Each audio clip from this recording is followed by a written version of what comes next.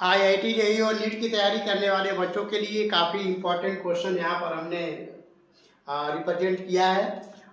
ये आप देख पा रहे हैं कि नॉन कंडक्टिंग सॉलिड स्फीयर है जिसमें capital Q charge uniformly distribute किया गया है और इसमें एक कैविटी बनाया गया है और इस कैविटी के अंदर जो है इलेक्ट्रिक फील्ड पता करना है कितना होगा। तो इस तरह के क्वेश्चन जनरली आईआईटी जेईई और नीट के एग्जाम में पूछे जाते हैं और विगत वर्षों में ये काफ़ी पूछा गया है। आगे भी किसी न किसी रूप में पूछा जाएगा और पूछा जाता रहता है। तो फिर यहाँ पर देखते हैं इस कैविटी के अंदर फील्ड की वैल्यू कैसे निकालेंगे, जबकि हम जानते हैं कि यूनिफॉर्मली चार्ज सॉलिड स्फीयर के अंदर इलेक्ट्रिक फील्ड अंदर वाले पॉइंट पर जो होता है E inside capital Q small r upon 4 pi epsilon naught r cube equal to charge distribution into small r upon 3 epsilon not के बराबर होता है, क्योंकि चार्ज जो है वॉल्यूमेट्रिक डिस्ट्रीब्यूशन है।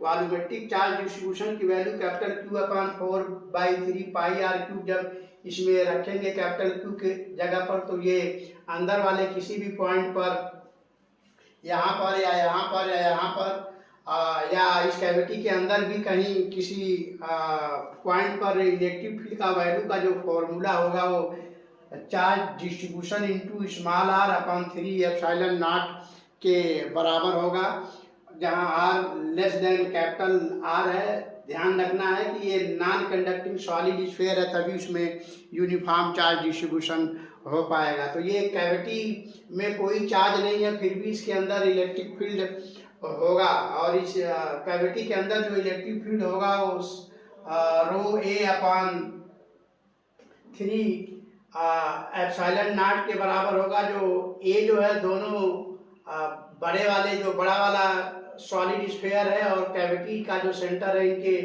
दोनों के सेंटर के बीच की दूरी है। तो अभी उसको हम लोग देखेंगे कैसे हो रहा है। तो फिलहाल ये कैविटी बनाने के लिए यहाँ पर हमने कंप्लीट आर रेडियस का एक यूनिफॉर्मली चार्ज डिस्ट्रीब्यूशन का सॉलिड स्फीयर लिया है जो नॉन कंडक्टिंग है, और ये कैविटी के बराबर एक स्फीयर लिया है जिसमें निगेटिव चार्ज डिस्ट्रीब्यूशन दिया हुआ है, यानी इसका वॉल्यूमेट्रिक चार्ज डिस्ट्रीब्यूशन निगेटिव है।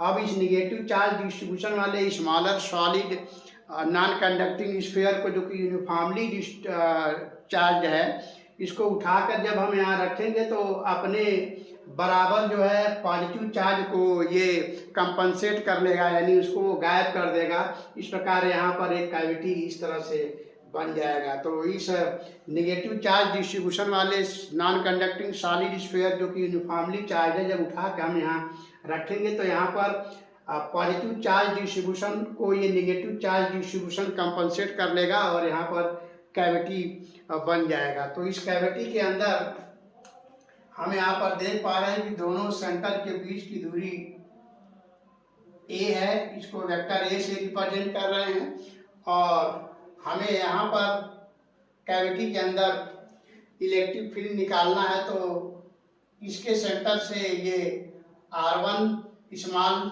दूरी पर है, R1 पोजीशन वेक्टर पर है, और बड़े वाले सॉलिड स्फीयर के सेंटर से ये R2 स्मॉल दूरी पर है, R2 स्मॉल वेक्टर पोजीशन पर है। इस प्रकार कैविटी के अंदर R1 दूरी पर जो इलेक्ट्रिक फील्ड की वैल्यू होगा वो हम इस तरह से लिखेंगे। रिजल्टेंट वैल्यू कैविटी के अंदर इलेक्ट्रिक फील्ड का बड़े वाले सॉलिड के कारण इनसाइड पॉइंट पर प्लस कैविटी के कारण इनसाइड पॉइंट पर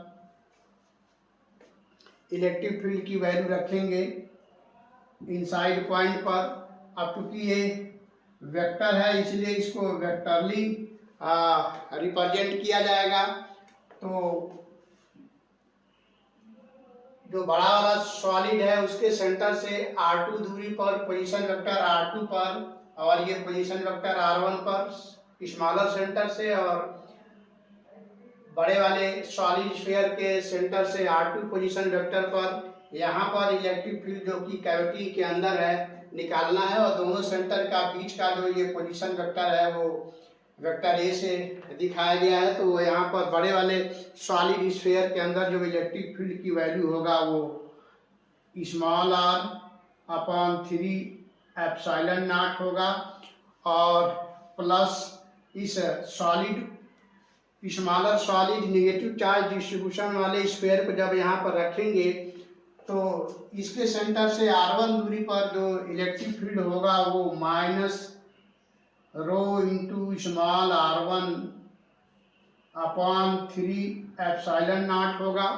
जब इसको आप सॉल्व करेंगे तो ये वैल्यू हो जाएगा rho upon 3 epsilon not R2 minus R1, और इस प्रकार आप यहाँ देख पा रहे हैं कि vector A plus R1 vector A plus vector R1 equal to vector R2 हो रहा है। इस प्रकार वेक्टर A इक्वल टू हो जाएगा vector R2 minus vector R1। इस प्रकार यहाँ R2 माइनस R1 के जगह पर हम वेक्टर A पुट करेंगे, यानी दोनों सेंटर के बीच के अंदर जो पोजीशन का डायरेक्शन है वो है वेक्टर A। तो इस प्रकार इसको हम लोग यहाँ पर लिख पाएंगे rho vector A upon 3 epsilon naught, और इस प्रकार इस फील्ड का जो डायरेक्शन है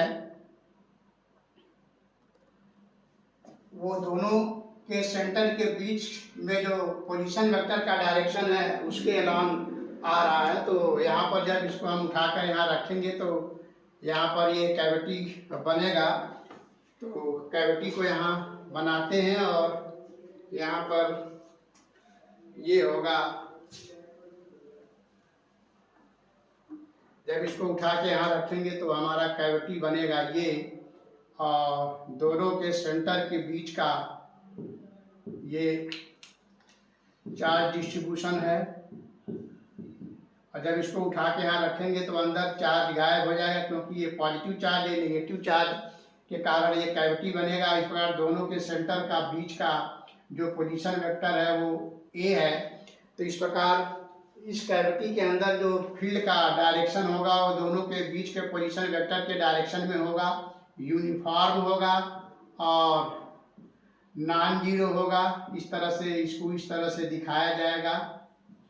तो इनके सेंटर, दोनों के सेंटर के बीच का जो पोजीशन वेक्टर है उसके अलॉन्ग इस कैविटी के अंदर इलेक्ट्रिक फील्ड का रिप्रेजेंटेशन यहाँ पर आप देख पा रहे हैं कि नॉन जीरो है, यानी जीरो नहीं है, और यूनिफॉर्म है, और उसका डायरेक्शन दोनों सेंटर को मिलाने वाले डायरेक्शन में है।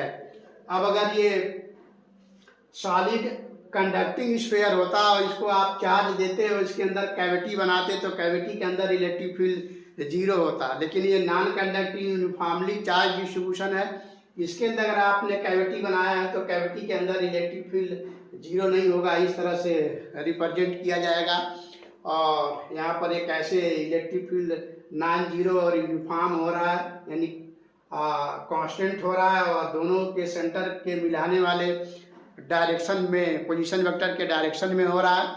तो हम समझते हैं इसको आप काफ़ी अच्छे से समझ पाए होंगे। पिछले 20 वर्षों में हमने देखा है, बहुत साल पहले ये IIT के एग्जाम में ये प्रश्न पूछा गया था, और इर्डो एक बुक है फिजिक्स की, जिसको बाइबल ऑफ फिजिक्स जनरली लोग कहते हैं, उसमें ये क्वेश्चन है, और ये IIT में एक बार पूछ लिया गया। उसके बाद किसी न किसी रूप में IIT के एग्जाम में और नीट के एग्जाम में ये प्रश्न पूछा जाता है। तो हम समझते हैं इसको काफ़ी अच्छे से आप समझ पाए होंगे। तो फिर मिलते हैं नेक्स्ट वीडियो में किसी और क्वेश्चन के साथ। तब तक के लिए थैंक यू।